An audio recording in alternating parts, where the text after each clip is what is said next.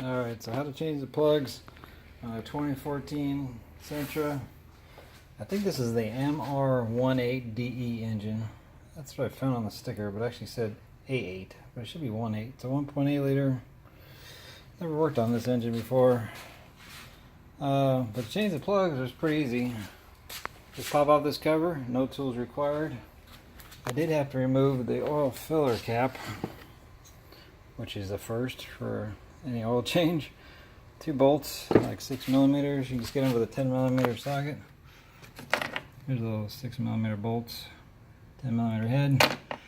I had to take the oil filler cap off because I couldn't get the coil packs off. But yeah, there's these 6mm bolts, again with a 10mm socket. Just remove the 4 bolts and you can take the coil packs off. I was afraid of getting this one off, but I didn't have to remove any of these hoses or anything. Just the oil filler cap was in the way. And pop the plugs out. This engine's got 160,000 miles on it. Just bought it about a month ago and looks like it's never been tuned up. The plugs are completely shot. Kind of interesting. AutoZone wouldn't sell me these Bosch because they said they're only for the California model. But I said I need them anyways. So they're actually the exact same size. The factory plugs, usually they're NGKs in all my Nissans, but these say Value Advantage JO13. They don't have a brand on here. I don't know who makes them for Nissan. I don't think Nissan makes their own plugs. But just the fact that they actually say Nissan on them, I think that's a first. God, this is like I don't know, I've had so many Nissans in 35 years.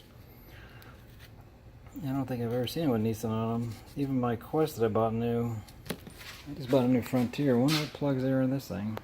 It only has 100 miles on it, so I ain't changing those for a while. But yeah, these new plugs, I wanted to get NGKs, but they didn't have them. These are like $9 a piece. They look exactly the same. And these are actually the first spark plugs I ever bought that are 14mm hex, and they don't even sell a 14mm magnet tool, so I had to buy just a regular socket. Almost got rubber in it, but I'd use a magnet to get the plugs out. So these are, I don't know if you have any old plugs. Here's an old plug. Here's an old NGK, probably from my VG30 or something. Yeah, I think these are out of a VG30.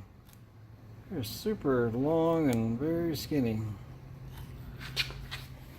That's an old truck plug, hard body plug. So these look like they got about 160,000 miles on them. The gapping is so bad.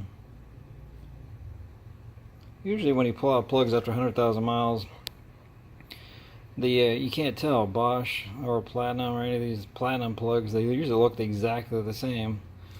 Usually the only way you can tell is the gap gauge. The gap is a little bit off. This gap is outside the scope of my tool, where my gap gauge is. So let's see how it works.